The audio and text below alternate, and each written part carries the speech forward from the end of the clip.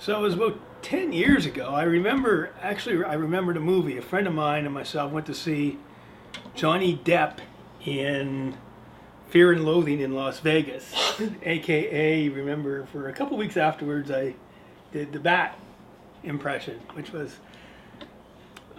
very interesting. The bats, there they were. Didn't you and I do that last week or something? We were fucking around and did the bat thing. Not long ago. Yeah, we. No need to tell the poor bastard about the bat. I didn't want to tell the poor bastard, but the bats wrote to get us. And anyway, before that movie, I was outside with a friend, and he was smoking a marijuana joint. Isn't that terrible?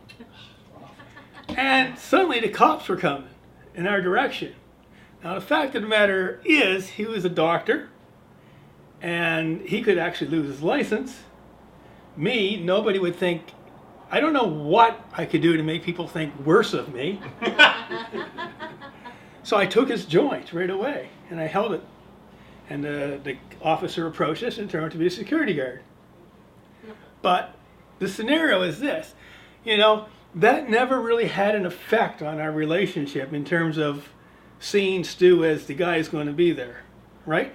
For some reason or another, it's only the intense, profound things that affect most people's lives in terms of defining the relationship. And the scenario goes like this. This is why something means to us, is what I'm saying here. Number one, we have 5 dynamics here. Number one, we have pain in our life, right? Neurotic pain. Number 2, our pain creates a neuroses in our lives. Number 3, because we're neurotic, because we are now fucked up, we hear many, many voices. We hear good voices. We hear bad voices.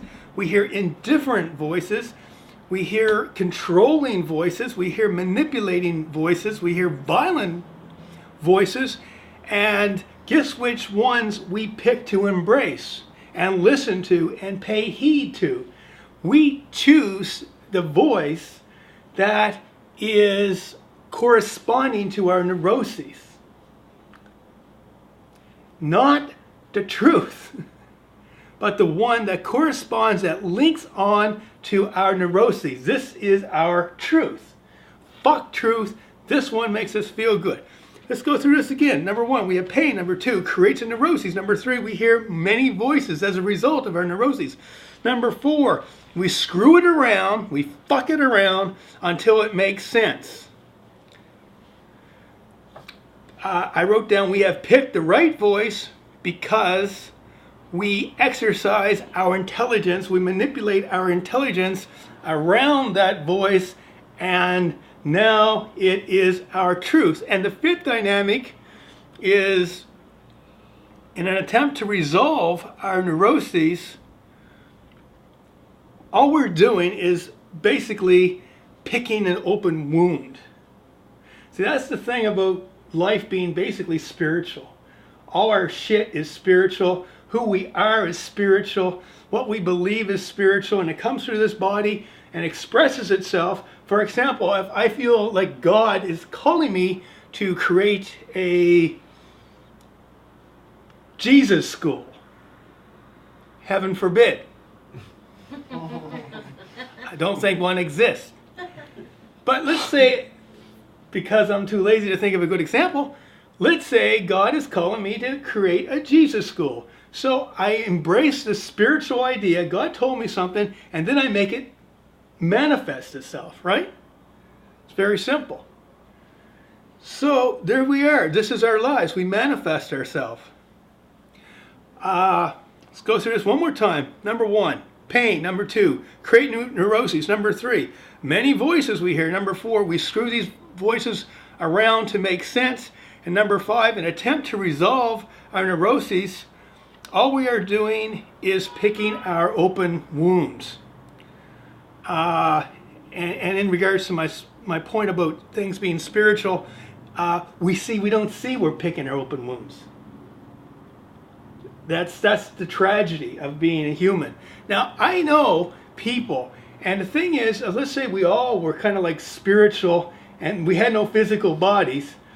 all it would do is just bring everything to the surface really, really fast, because it doesn't matter what you do to people, they're going to believe what they want to believe. There's a verse in the New Testament rather, somebody dies and they go to hell, and then they see God or Jesus or whoever, and they say, let me go back for a second just to tell as a ghost form, to tell my relatives this place is awful and it's terrible and it's horrible, and to quote unquote repent and not be in this place. And Jesus says to this person, he says, look, you're on the wrong fucking track. Fact of the matter is, it doesn't matter if you came back as a ghost form, or you came back as Godzilla, or you came back as the Pillsbury Doughboy. It doesn't matter, because people aren't going to listen. So the fact that we are physical, the fact that our lives are physical, is not an excuse for our lack of attention to spiritual matters, because people are going to do what they do anyway. But here's the scenario. In number 5, we have stage number 5. This is where it all comes together, and we either indulge in picking our scabs, or we turn around.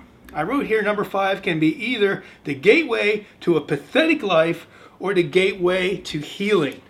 You understand what I'm saying there? Number 5 will put us in a position where we're indulging, where we're basically cutting our ties to true spirituality. Or because we are intuitive, because we are children of God, we suddenly awake, we are no longer asleep, we look at ourselves and say, fuck, what am I doing? But make no mistake here, very few people ever come to the place where they say, what in the fuck am I doing with my life? So, there's a road, and there's a fork in the road. And number 5, the first path is in terms of indulging in creating our spirituality, in terms of listening to the reality of the universe, to the love, to the truth of God. What does this involve? It involves prayer. It involves confession. It involves humility. It involves community. Now, one thing I think that people seem to completely overlook is the value of community. I mean, my God, man, if you like the whole idea, for example, like a lot of people in Steel have had kids over the years, and it's a great metaphor for how we function as a community, because all the kids' clothes, they come from other kids' clothes. All we do is pass our clothes down from generation to generation. So the 8-year-old has the clothes, and the 6-year-old has the clothes because they're now 8, and the 8-year-old's 10, and they get somebody else's clothes. And people don't like this shit. People love community when it's non-community. One of the most interesting things about our world is it's not good enough to say, fuck you, I'm going to do whatever I want. I completely respect that. What we do instead is we have a counterfeit for everything. And we subscribe to the counterfeit, and we pretend that's where it's at, and this is going to get us someplace. Okay, school is not a community. School is a place where children learn to maybe survive. You kind of survived. But you see what I'm talking about. So people, it makes me sick. It's like when I was a tennis instructor, I took it upon myself to take the tennis lesson. It was like 5 hours a day for kids, 2 hours a day for adults, and turn it into a community. I was only 19, 20, 21 years old, but I could do that. And you know something? Even that, I remember the last day of the tennis season. we had this tournament. It's my guys from the Commons against the guys from the rich end of town. And they had all the shit. And our team 2 to 3 years beat them. You know, we had like none of the benefits they had. And at the very last day, we'd have a tournament. And that's, as I said, that's when we 2 or 3 times whipped their asses. Actually, the first year was pretty close. But here's the scenario. At the end, I would be at one end of the room, and the other teacher, who was like nationally ranked, okay, is one of these guys known across the country. He'd be at the end of the room on the other side, and the kids would line up to get their little presents, right? Their little awards. And his kids would come up to him, shake his hand, get the reward, and fuck off. My kids would be bawling their eyes out, hugging me, and it was like, I guess in a very beautiful way, it was almost like a traumatic experience for them. And, you know, like when I was 19, 20, 21, this kind of thing, the reason why I allowed this to happen is because I didn't realize what the world was like, and I didn't realize what people are like. And I'm really glad I had that time. Because the way we built Sela, in terms of the model, quote unquote, organic, I guess is the model that we used, and the way I handled all the other quote unquote ministry things that I've been doing was completely organic, completely based in love, and I had no idea that this would scare the living shit out of people. You know, I don't know. I know a lot of parents, I'm sure, were very impressed. But I'll guarantee you, a lot of parents were not impressed. There was never complaints because you can't argue with results, right? You kind of look stupid. And nothing ever went wrong. But point being, community is essential. Community is essential for relationship, for personal growth. If you have a human being and you put him like Grizzly Adams, did I ever talk to you guys about Grizzly Adams? The real Grizzly Adams, apparently, was this man, and there was a TV show about this man, and in the TV show he was like the most solid, well-adjusted human being on the planet, right? Okay. The real Grizzly Adams escaped into the mountains. Apparently he was a criminal, and he went insane. And the reason why he went insane is because he had nobody to talk to besides his bear. It was a very nice bear as far as bears go. And by the way, bears make bad pets. Because they'll love you, and they'll be kind to you. This bullshit about, oh, we can't have a bear as a pet. Like, there's a far better chance that your next door neighbor is going to attack you than a bear. Far better chance. Anyway, Grizzly Adams went crazy. And the reason why he went crazy is because he had no one to talk to. So all this shit was in his head, just bouncing around. You know, nobody's there to say, you know, like, that's insane. Or nobody's there to encourage personal growth. And what I'm saying here is people are alone. Unless you have true community that encourages you to be yourself, who you are alone. And those thoughts are going to go, you're not going to be talking. Okay, for example, let's say I get a job as a teacher at Cornwallis Junior High School. Semester starts September. And I say to you guys, okay, I don't need you anymore. I'm a teacher. You know, fuck you guys, I don't know what you're doing anyway. Just get away. And there I am. What do I have to do? What, am I going to communicate? See, they're my friends now. You guys are all gone. Okay? What am I going to do? I can't communicate. I would lose my fucking job. So people do go insane. I mean, a lot of people are very good at hiding it, but people quietly go insane. And the reason is because they need community. Without that community, their thoughts are private.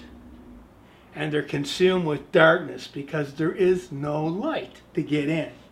Light comes in relationships. That's the thing about church. Reason number 127 why I do not like church.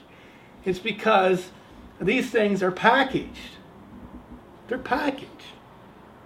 Relationships are packaged. Love cannot be packaged. Communication cannot be packaged. So prayer, confession, does that all make sense? Does everybody get the prayer, confession, humility, and community are what makes us function, grow, and become well-rounded people. The other end of the spectrum, we have self-justification, self-righteousness, arrogance, and deceit. Okay, basically we're looking out for ourselves. Now the irony about looking out for ourselves is the best way on this planet not to look out for yourself is to look out for yourself. Do you understand? Did you get that? Did I say that properly? The best way to not look out for yourself is to look out for yourself. By God's mercy, I've had a gift. And I've looked out for you people and other people that were put in my life since I was 16. Okay? And somehow, some way, against all odds, and everybody tells me I'm going down tomorrow, and that's been going on since Jesus was in the 5th grade. But it's never happened. I'm still here. I don't want to pick on anybody, and I don't want to be self-righteous here, but go find those, fuckers at Bayside that were trying to screw me around and see what's happening there. He who saves his soul will lose it, and he who loses his soul will save it. It's very simple. And when you take your life and invest it in others, that's when you save your soul. That's when others are more important, or at least as important as yourself. That's when you're saving your soul.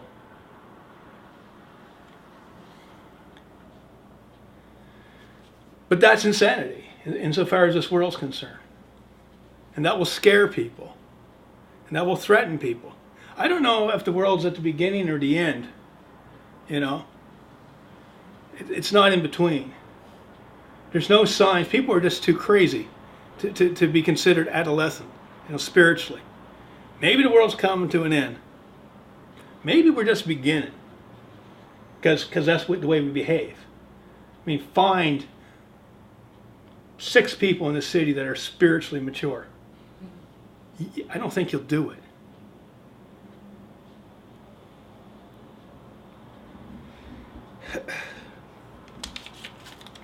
So when you're into yourself, self-justification, self-righteousness, arrogance, and deceit, this basically makes you God. So every decision you make from that point is going to be correct. You're correct. You win. Okay? You win. You have set yourself in a position where you are indeed hearing the right voice. You are God. And the problem is, that's all the Greek gods and the Italian gods from centuries ago. That's basically what they did. They made themselves God and projected on these figments of their imagination, and everything went to shit. You are not a good God. You are a bad God. You are a rotten God. You will destroy the lives of others, and then you will destroy the life of yourself. And the problem is, in our society, in our generation, we have enough stuff, we have enough fortification that's, superficial, that we can hide all this shit and make it like that did not happen. How would I define our society? I would define our society as bullshit. But really good at it. I think I told you a story, not too long ago, someone came up to me and said, "Strang, you're the biggest asshole I ever met in my life." And I said, "Well, whatever I do, I try to do the best of my ability."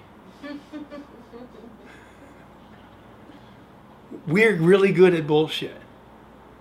and you look and you look at entertainment. Anybody ever look at Entertainment Tonight? And everybody's really, really, really, really happy. It's astounding that people buy this crap. But if you don't buy this crap, basically, you're a 12-year-old kid and you just got caught jerking off. You're humiliated. You are left out. It's a religion. And some people may tie Jesus into this religion. Most people don't. But it really doesn't matter. Because it is a religion with or without the face of Jesus, and it's all about money and power and sex. And these things will take you to a bad place, although there's nothing bad with them in themselves. You know, good people have had power over the years, have done good things. And sex is a beautiful thing in the context of love.